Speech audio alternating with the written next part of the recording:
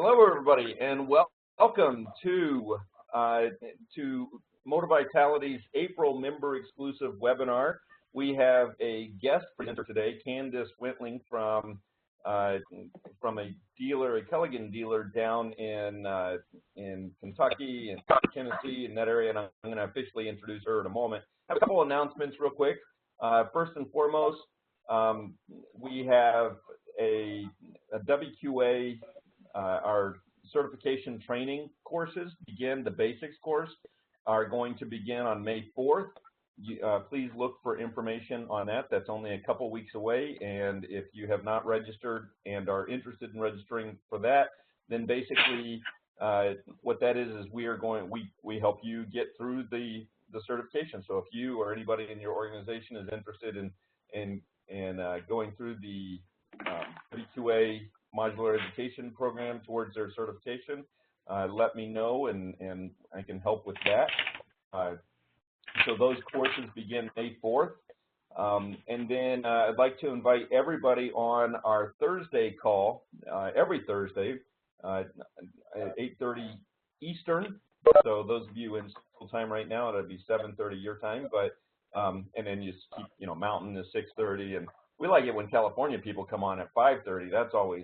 That's dedication right there. But anyway, that's every Thursday morning. Please join us. We have sales professionals from all over the country that log on. We don't talk product and we don't talk company. All we do is talk water treatment sales and just what we run into all the time out there. We talk about the same stuff that we run into all the time.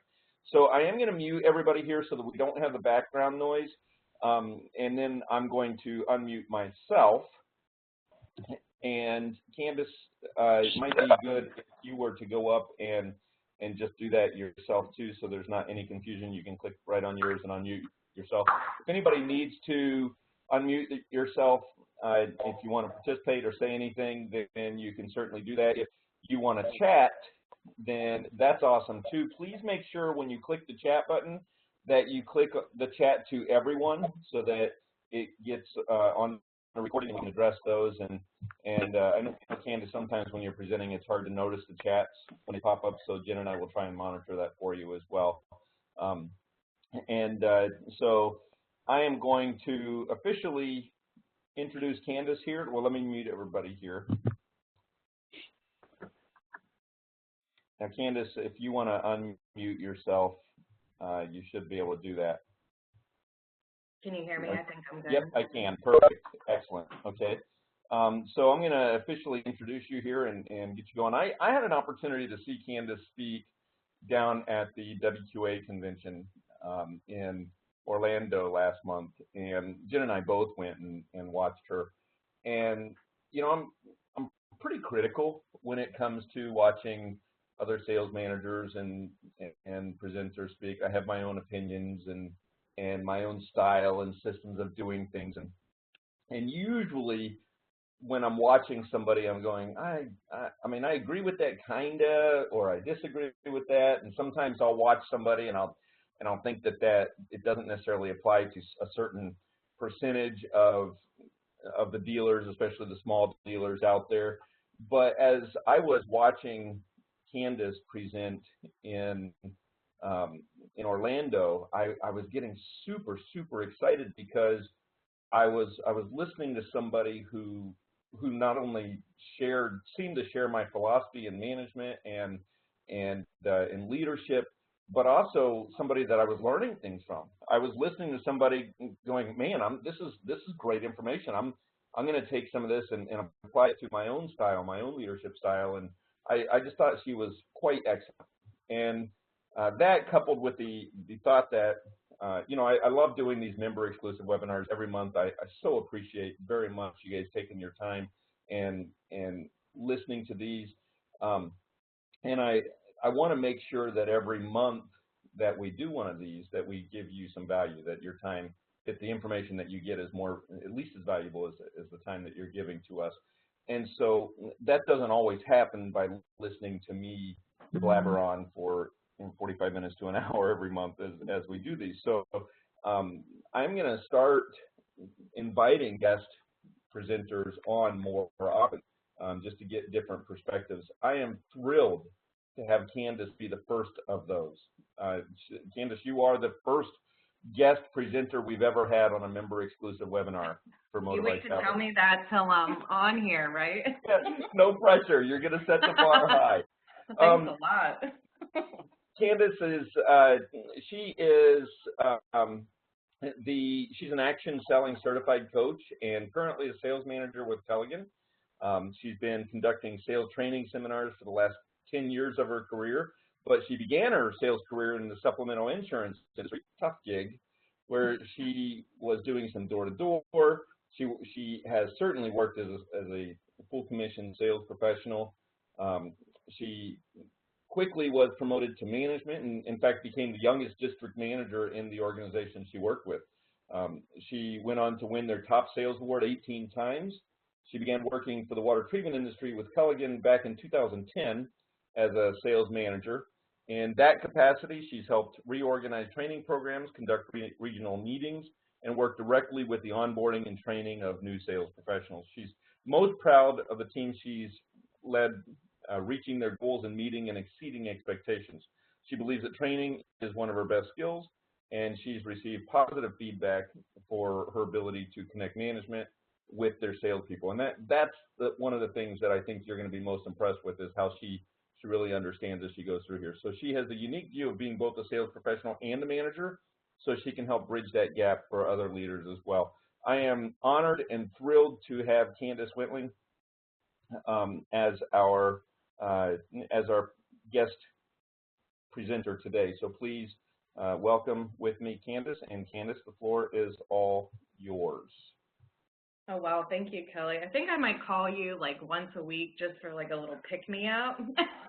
I'll be like, can you just read me my bio or say something nice? Because that was wonderful. Thank you so much. And thank you for having me on here. It is an honor. I was very honored to be asked to do it. As he said, this is the exact presentation that I did in the WQA convention in Florida. I didn't even change it. As you can see, the presentation is exactly what I did there. So if you were there, it's a little bit of an encore. If not, you get exactly what I did there. So like he said, I think the main reason you decided to come on the webinar or that it piqued your interest is it's really hard sometimes to understand salespeople. I put in the introduction, you know, sometimes I feel as if salespeople are from a different planet. They come across as lazy, that they don't hear you, that they may not be motivated. They don't do what you tell them to do. So, I mean, if that's you, I mean, put your hand in the air because that's the majority of it. Salespeople are a different breed.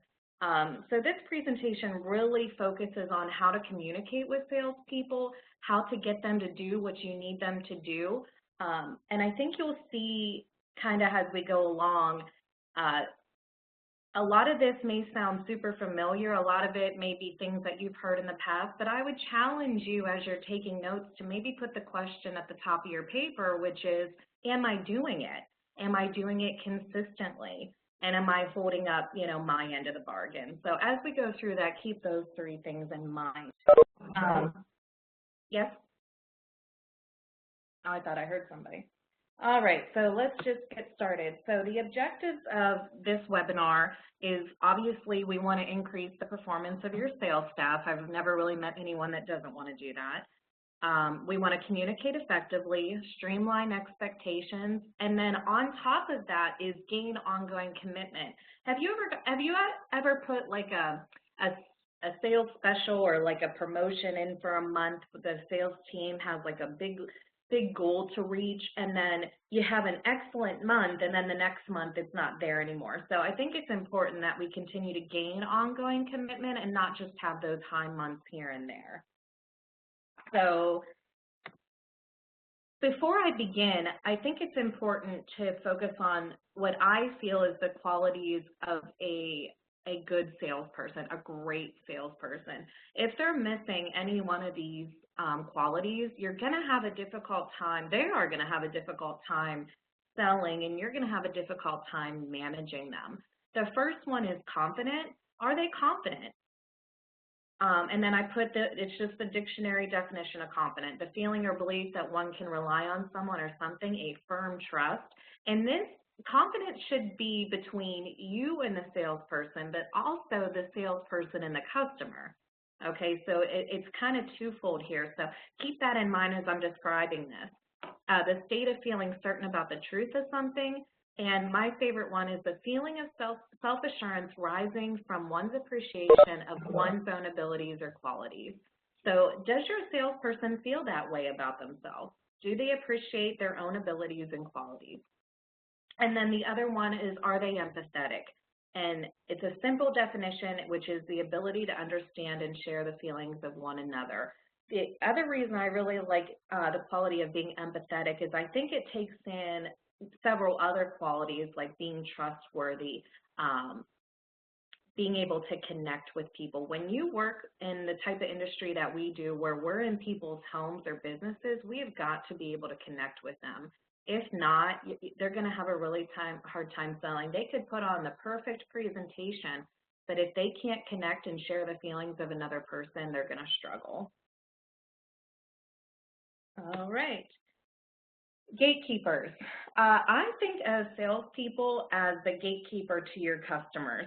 So if you, I can't see you guys, but have you ever told your salesperson that you want them to sell something, or a new product comes on board, or a maintenance program, and they just don't do it? That is because the salesperson is your gatekeeper to your customer. If the salesperson isn't bought in on what you're doing, if they don't believe in it, your customer is not going to get it because they're not even going to sell it to them. Similar to a gatekeeper of an office staff of a major business. You know, she keeps that business owner protected as the salesperson kind of protects their customers. And this is not a bad quality. I should have put like a little asterisk on here. This is not a bad thing. You want your salespeople to take care of your customers. And if they're not believing in it, or if they don't think it's going to benefit their customer, they're not going to do it. So it is really your responsibility, thus the title of my presentation, to sell your salesperson. It is imperative that you do that. You must first sell your salesperson before you will ever gain customers. So you really need to think of your salesperson as your most valuable customer. Think of the biggest account that you have in your dealership.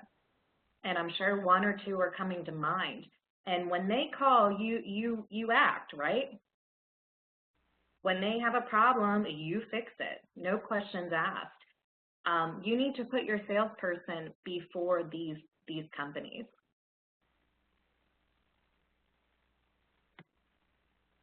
So what we need to do before I get into the steps of what you need to do to be able to communicate effectively with your salespeople is you really need to examine your current status. What is the status of your business?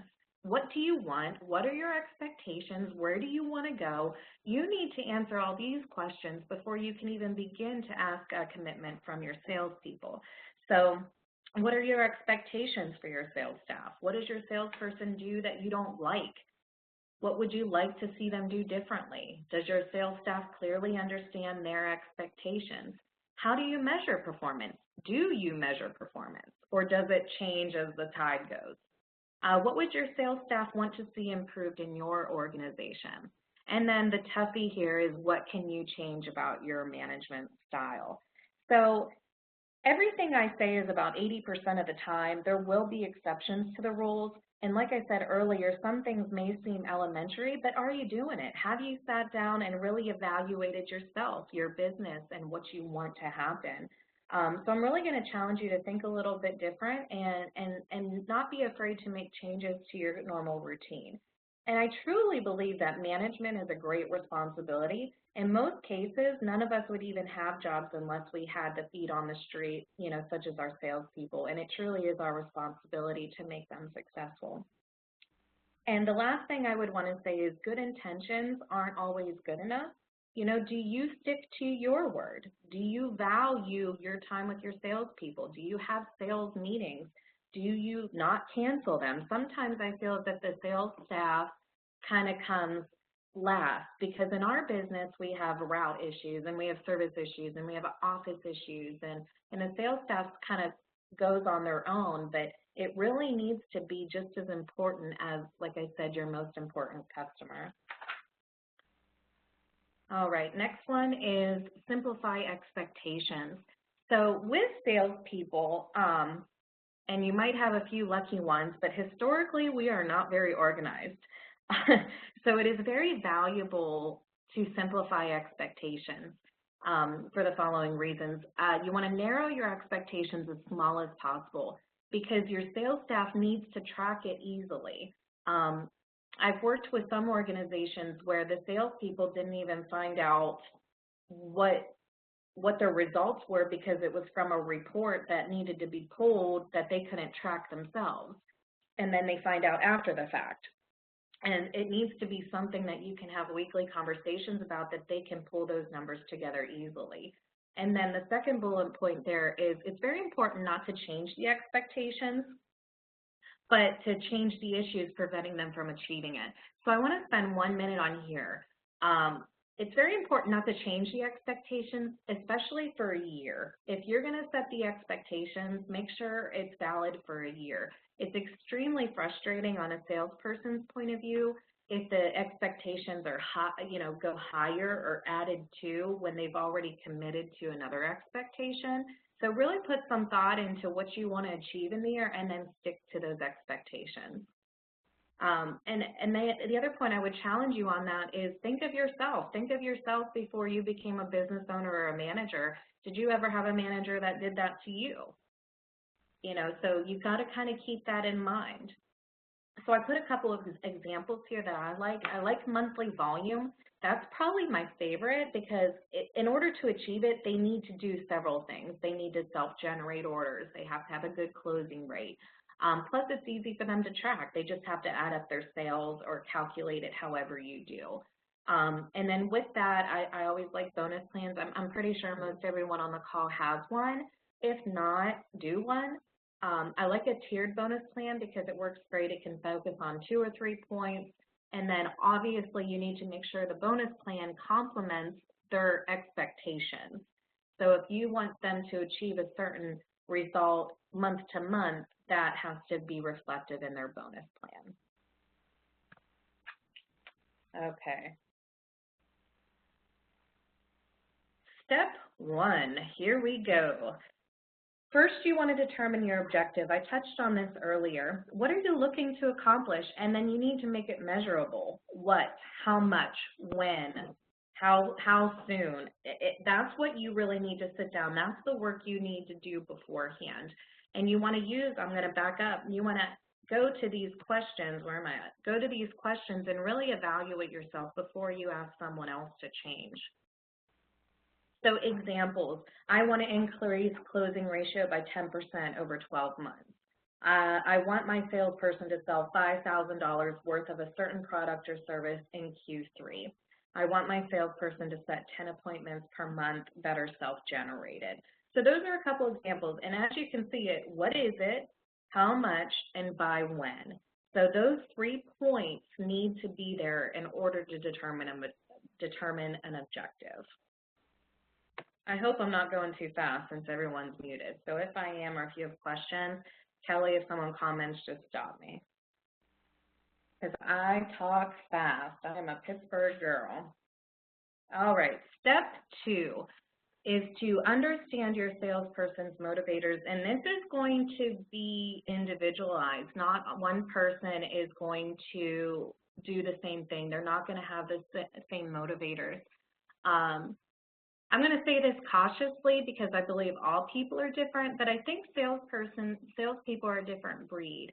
When it comes to more service related, like a service route, expectations are pretty clear and motivations are pretty clear. With salespeople, they're very polar. People are motivated by so many different things. They have different goals, and you need to understand them, and you need to take the time to figure out what they are. And I put in there before, don't be afraid of passionate conversation. It is a good thing if a salesperson is opening up to you. Okay, it means they trust you. It means that they feel that you value their opinion. If they don't tell you things, if they're not in telling you their concerns, that's a problem because they don't feel as if they can come talk to you.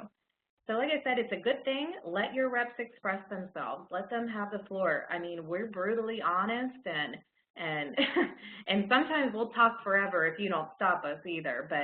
But we really connect with people that take the time to understand us.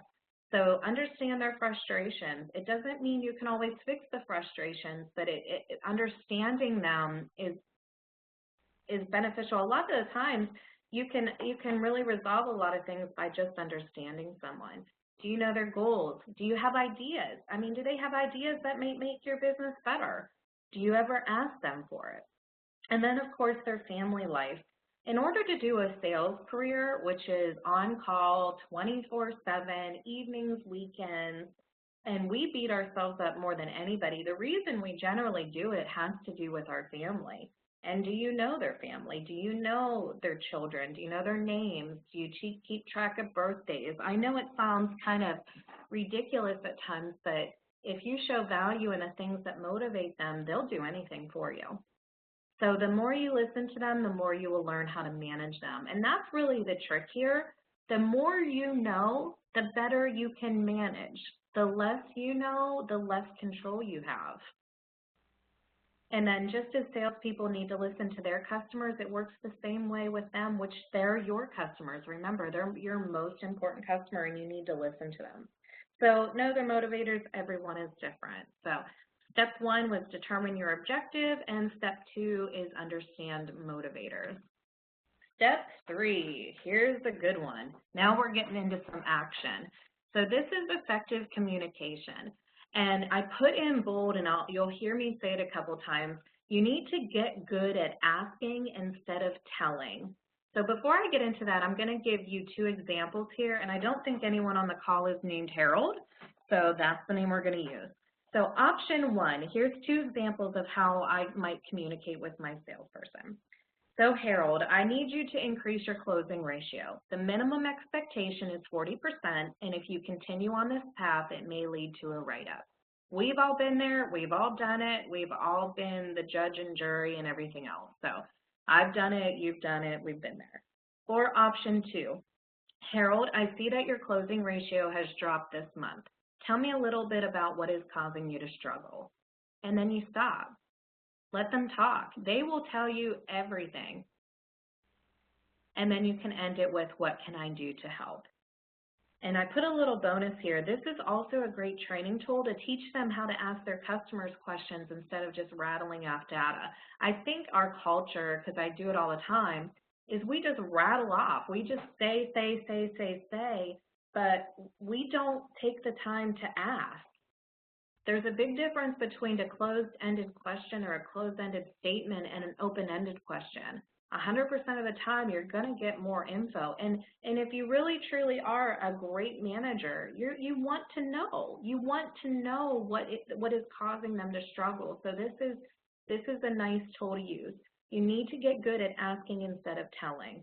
This is effective communication no matter if you're a sales manager, a salesperson, a stay-at-home mom. If you want to effectively communicate, you need to ask and not tell. I have a little asterisk on a note here that I want to say is, please don't get me wrong, salespeople need managed heavily, because with the freedom that we have, it's easy to get off track. But the difference is how you go about it. If you're just a dictator, it's really hard to keep control of your sales staff or have them perform well for you. So I kind of urge you, try it at home and see what happens. I think you'll be pleased with what you learn. But the thing is you have to be willing to take criticism yourself when you ask these open-ended questions. Step 4, now it's time to sell your company. Just as your salesperson sells your business, do you sell your salesperson on your business? So are you willing to share information? Does your salesperson know the status of your business? Do they know, not their goals, but do they know what numbers you need to reach each month in order to pay your bills and be financially stable?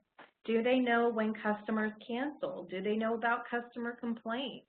Do they know why you're priced the way you are? I'm going to spend a second here to give a little bit of feedback on on my history. So, the salesperson side of me, has the pricing objection where early on in my career in the water treatment industry, I was like, gosh, we are so, over and above some of my competitors in the area. Why are we priced like this? And finally I asked the question. It wasn't my manager who came and explained it to me, but I asked the question and I took the time to understand the other side of the business as a manager. So I really took the time to see how does the pricing process work. And then I realized that not only do you have the cost of the equipment to purchase, you have shipping, you have royalties in some cases. You've got to pay your service tech hourly fees. You got to pay for your truck. You got to pay for bonuses. Excuse me. So the pricing review, when I understood why pricing was the way it was a lot easier for me to sell it because then I could explain that to my customer. Or more so, I was more comfortable pricing it because it made sense to me. So don't be afraid to really sit down with your salesperson, who is your most important customer, and explain to them about your business. Include them. They will love it. They will feel important, and they will begin to take ownership. They will take ownership because that's really the mindset of a good salesperson. They'll begin to take ownership of your business and really truly try and protect it and make it successful. When we're only given limited information, all we see is what we have. And we do a lot better when there's a big picture. So if they do not know your goals, they cannot help you reach them. So I put a little challenge here for you. Have a monthly status of the business meeting with your employees. Let them know how you did, where were your losses, where were your wins, what do we need to change. Get them involved. And I should have put my little, I always, if you could see me, I have my hands up like a retard, but the triangle I always think about when I make business decisions is the triangle, and it involves three different parties, which is it the best for the employee, is it best for the company, and is it best for the customer? And when those three things come together, a salesperson can really buy in and they will do it. Okay, step 5, we're almost there, is asking for commitment. This is a tough one because we very rarely ever ask for commitment. We tell them their commitment. Just as a salesperson needs to ask for commitment from their customers, you need to ask for commitment from your salesperson. So the definition of a commitment on the right-hand side of your screen is the state or quality of being dedicated to a cause or activity. It's a pledge or undertaking, and my favorite definition is an obligation that restricts freedom of action.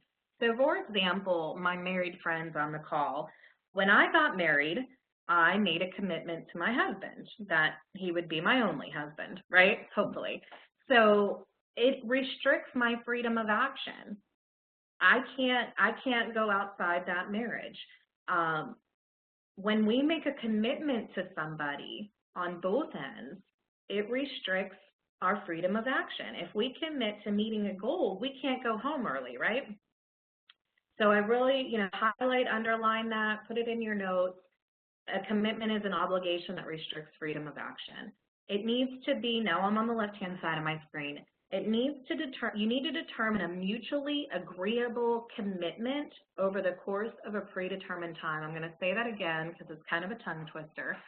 You need to determine a mutually agreeable commitment, so it's something that you agree on and the salesperson agrees on, and it's a commitment, so I'm going to do it over the course of a predetermined time. And then the second bullet there is there should be a commitment from the salesperson as well as yourself. So if you are going to ask your salesperson for a commitment, you better be able to commit something right back. That's how commitment works. Okay, if there's not a commitment on both ends of the party, it's not a commitment. Okay, it's just an order. If you order someone to do something, that's an order. A commitment comes from two mutually agreeable parties. Okay, So for example, if your end of this is committing to monthly ride-alongs with your sales rep, you need to hold up your end of the agreement. If you don't hold up your end of the agreement, it's hard to manage your salesperson to hold up to theirs.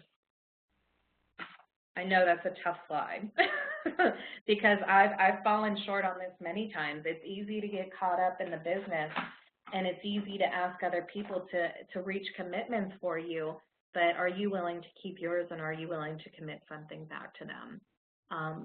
If you do this over the course of time, there's nothing your salesperson won't do for you. Okay. Step 6, and this is actually the last step, so hang in there, is reinforce. So right in big bold letters, I have attention. Salespeople love attention and recognition, even if they say they don't, okay? For example, we have all at one point in time to be in the positions that we are at now have earned great recognition. And I'm pretty sure you told other people about it. I'm pretty sure you went home and told your spouse or told a colleague or told a friend. And salespeople are going to do the exact same thing. When you recognize them and give them attention, they are going to go home and tell their family and share that with them. And I think that's a great gift to give a salesperson. It's something to be proud of. I remember making certificates. I would just buy fancy paper and print them out on my desktop printer, and I would add a gold label star on it that I bought off Amazon, and I would sign it, and every time I handed these out once a month, they would be hanging on the salesperson's cubicle on their walls. So it meant something to them. And they would talk about them being like the salesperson of the month. So something that I just took the time to do, which was extremely inexpensive, meant a lot to them. So the other thing is, if you are always criticizing them, or anybody for that matter, eventually you won't be taken seriously. So think of previous bosses that you've had, someone that you just always butted heads with or that wasn't understanding you, and they probably just criticized a lot. There wasn't a lot of praise there. And this is human nature. It's easy just to find the things that are wrong and not focus on the things that are okay. So it's easy to get bogged down in what's not right, and instead focus on the good in someone. I put a couple bullet points here. Ideas, recognize them in front of their peers at a group meeting. Give them a certificate or even a shout out. Take them and their +1 to dinner with you and your significant other. I mentioned the achievement certificate, sales pins. You can go online and buy, 5-year sales pins that they've been an employee for 5 years, and they're extremely inexpensive, but and they'll wear them. Review their successes and mentor them in challenges. If you want more, praise more. Doing so will also provide better communication when you need to have difficult discussions.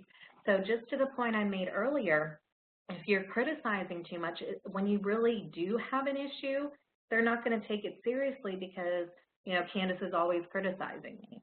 So pick and choose your battles, because when you really need to have a difficult discussion, if you've earned their respect and you've praised enough, then they're really going to listen when you have something to say that needs to be changed. Okay? Oh, and Kelly just told me they have manager evaluation forms on the website that you can fill out as well. Your little thing went away, so I'll see it here again in a second.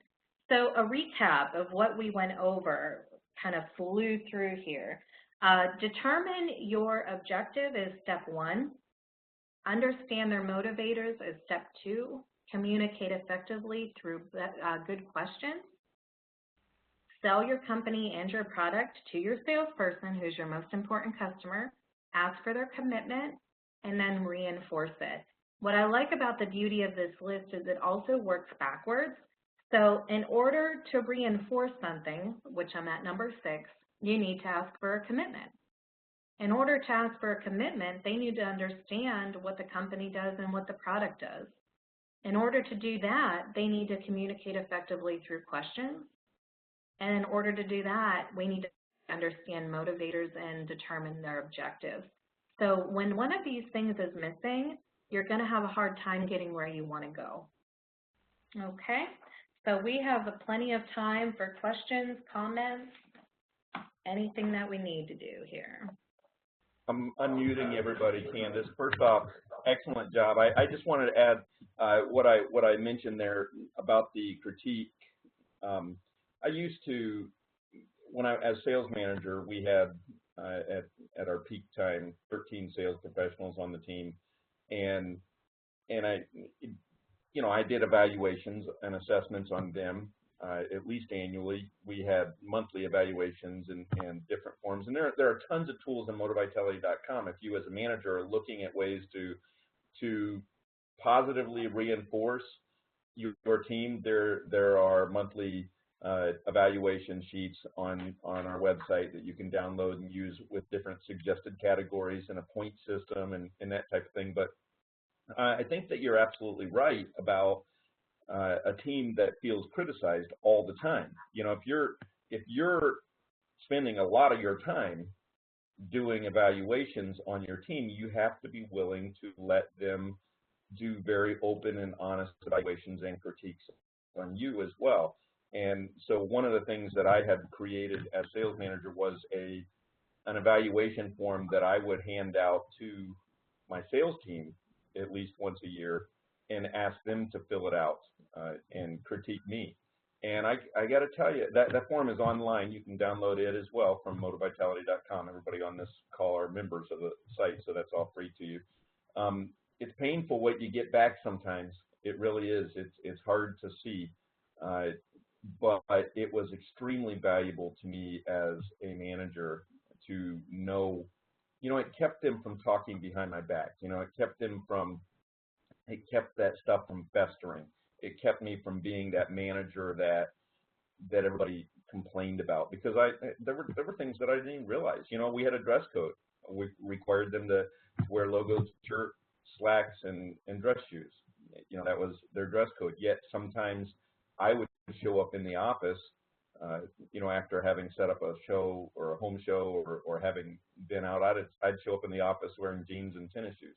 And I remember sometimes somebody pointed that out to me, that if I'm in the office as sales manager and requiring them to come in the office wearing, I need to practice what I preach, basically. And I was like, man, how did I miss that? It's such an easy thing. How did I miss that? And I wouldn't have recognized that was something that was festering and becoming a conversation amongst the sales team if I hadn't done that manager evaluation sheet. So I totally agree with everything that you said here. With that, you're right, we do have a little bit of time for questions. Anybody have any thoughts or comments or anything to add or questions for Candace here? Everybody, I thought I unmuted everybody. Let me do that again. Let me unmute everybody here. Okay, everybody should be unmuted. You guys can ask questions to Candace if you would like.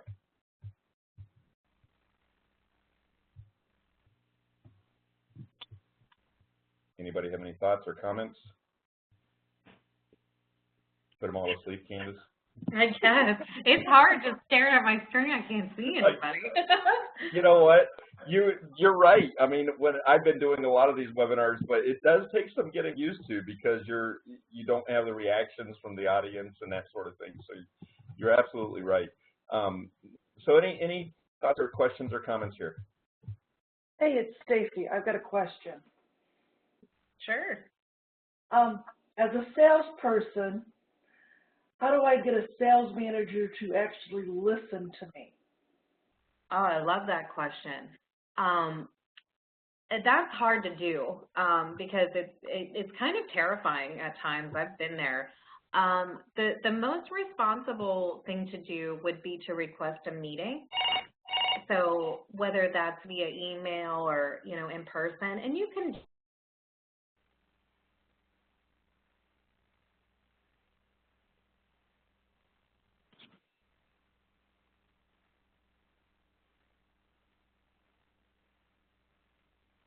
Hello?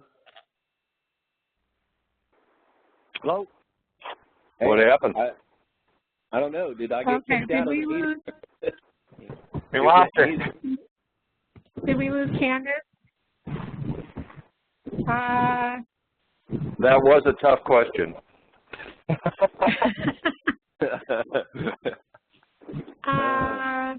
Kelly, are you on? Interesting.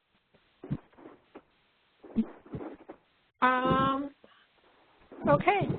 I see Kelly and Candace both still as being logged on. I'm not exactly sure what happened. They don't have little telephone icons anymore, though. Okay. Yeah, if you call in with a computer. What's that? Yes, sir. Okay, I'm back. Did you guys hear all of that? No, we did not. Oh man, okay. And it was good. Yeah, I know. I was. You went quiet there. I heard the response. Last thing I heard was request a meeting. Was the last I heard. Crap. All right, let me back up. Do I have everybody? Yeah, you're good again. I'm not sure what happened, but something. Okay, go ahead. All right, let me see if I can do that again here. All right, so you want to request your meeting. The most professional way to go about it, and you want to kind of do it in a nonchalant kind of way where it's it doesn't come across as like super serious. So what you'll kind of say is, hey Candace, if you have some time this week, I'd really like to sit down and talk with you. I have a couple things I need your help with. When we start something, yes sir. No, keep going, Candace. I think we good? You got some background noise. When you say something with I need your help, almost every person on the planet will respond positively to that, because our human nature is to help if you're a decent human being. So if you say, I really need your help with some things, it'll kind of soften that approach where they're going to come into the meeting open-minded. If you don't go about it that way, they're going to come into the meeting defensive. So then before the meeting, what you'll need to do is write down your top 3 to 5 things that you would like to see different. What I urge you not to do is not to be too nitpicky, because you know as well as anybody, you don't like when people are nitpicky to you. So try and pick 3 to 5 main categories that you would like to see different, and try not to complain a lot. So what you want to say is, what would I like to see different? How is it affecting me now? What I'm willing to do to facilitate this change, and what I need from you to help me do it. So if you follow that kind of progress, it goes back to my idea of having a commitment on both ends. So if you're going to ask your sales manager to do something different, you need to be a participating party in that. You can also, if you have a couple concerns that are a little bit more serious, say exactly that. Hey Candace, I do have a couple concerns. I hope I can speak freely. I'm concerned, last week this happened and it made me feel like this. Those are great ways to do it. So I think it's very important to say what you feel, because if not, you're gonna become resentful. Your sales manager is going to pull back from you or get more aggressive. So I think it's really important to pinpoint what you need. So I hope that's helpful. Can I add to that? Sure. One thing that sales managers, and when I say sales managers, I mean me and maybe other sales managers, excuses are just, that doesn't go anywhere with me. Excuses and whining and just simply complaining. If you're going to do all those things with me, that you're going to approach me in exactly the way you just suggested it, then I would like you to be able to take some personal responsibility. And, I've had people that have worked on the team, and we're having a discussion, and their answer to everything is that we should get a billboard. I would be selling more if you put a billboard up in my territory. I would be selling more if you did this, if you did this. I have no patience actually for just excuses. Somebody that can't look in the mirror first and say, what can I do or I have done everything I can do, now I need your help.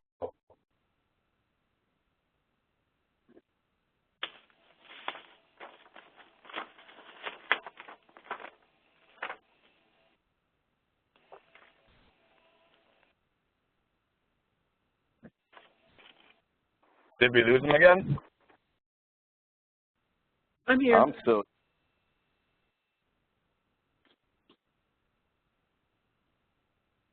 Well, maybe. Can you hear me? I'm in. I can hear you. I cannot hear Candace. Okay, yeah, because I lost it on my on the web app, on the app, so then I had to call in on the phone.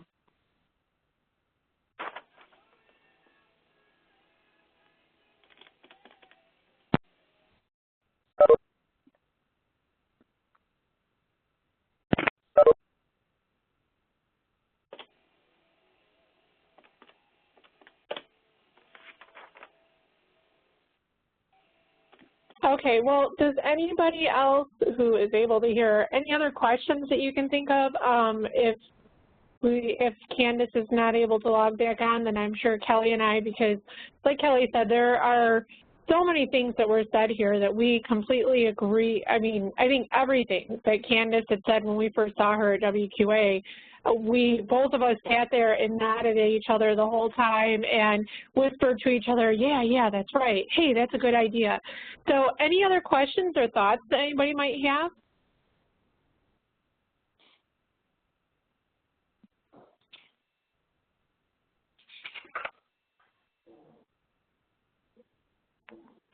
Alrighty, okay, any feedback on any of this? What did you find to be the most helpful? Definitely setting these goals here for myself, and being a new sales manager, having only been sales my whole life, understanding how to reverse my mindset a little bit, but establishing these goals for myself. Excellent. You know, I think that the one of the most important things, maybe not the number one, but really close up there, is empathy. To be able to remember the first time that you carried in a test kit. Remember the first time that you had to do a presentation. First time that you had to go out there and create your own business. Remember those first times and how you felt. And I think that when you are able to talk with a new sales professional about things like that and you're able to share that empathy with them, I think that they really appreciate that. Yeah, definitely. Can't forget what it was like first times. Exactly. And some of my challenges are dealing with folks that have been in the industry as long, if not longer than I have, and now I'm their sales manager and making sure they stay motivated and that they don't become complacent, so forth. Right. Just to wonder. And I think too, if you're open with them and you share the fact that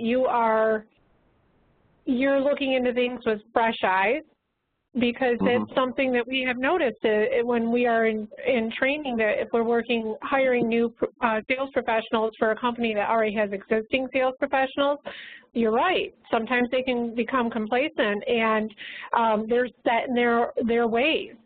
So trying to get them on board and just say, hey, let's try this. Let's give it a go-ahead for a month or 2 months or something. And if it doesn't work, then come back to me and say, hey, I don't think it's going to work for me. But definitely try to keep them motivated and excited. And like Candace said, having the fun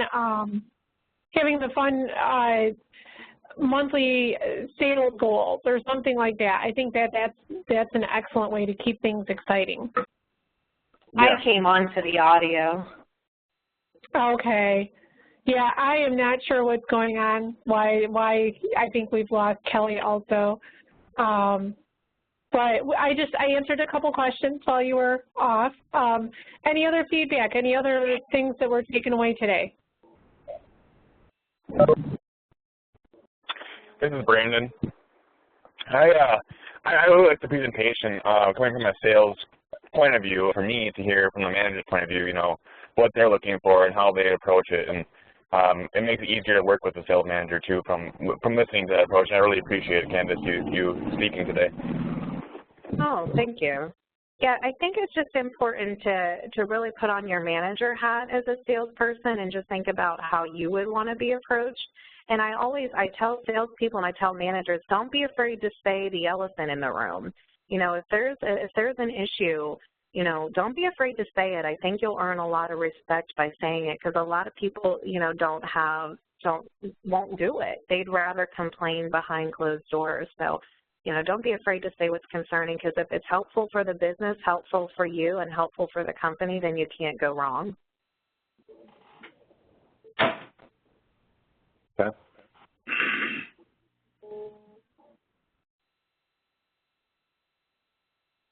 All right. Kelly, for some reason, is not able to get back on, so I am not sure what is going on today with this. But any other questions? If not, then, you know, we really, really do appreciate everybody jumping on. I love the fact I'm looking at this, and I was actually kind of concerned that maybe we were past our 25 logins. We have 18 logins, and I know many people said that they were going to look at this at a later time. So I really appreciate everybody taking the time, Kelly and I know Candace does also, to spend an hour of your morning with us. So if there are any questions, please feel free to call Kelly or I. And Candace, do you want to give out your information, your telephone number, email address, if anybody has any questions directly to you? Oh my gosh, absolutely, yeah. I'll give you guys my personal info. So my personal email address is Candice, C-A-N-D-I-C-E, Wentling, W-E-N-T-L-I-N-G, at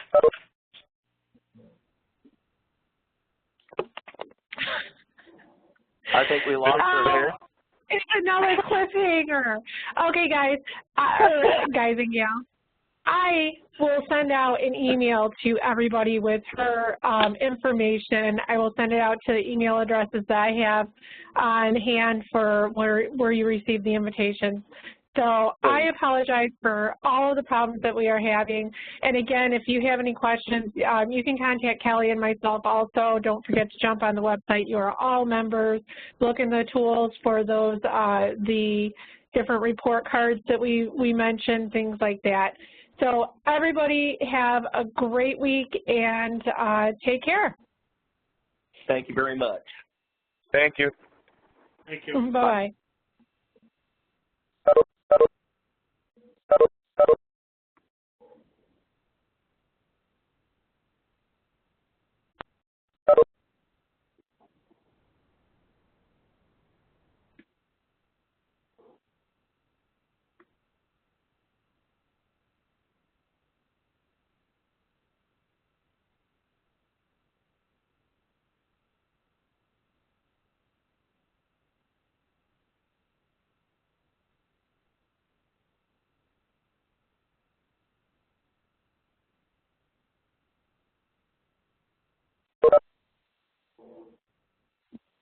Did I miss everybody, or are they still there?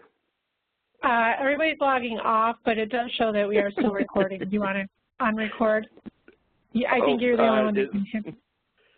I can't unrecord unless I end the meeting. So hopefully it is still fine. recording and we can hear everything. Candace, are you still there? Yeah. Okay. I think right. we lost her audio. You said also. thank you. All right. Okay. Yeah. Was she gone too? The audio was gone? She wasn't able to talk? Yeah. No. She came on, and then in the middle of giving her email address, it logged back off. Really? Interesting. So, yeah. Go ahead and end the meeting, thanks. and then. Yeah. Yeah. Go ahead and end the meeting. Okay. All right. Thanks. Bye. Bye.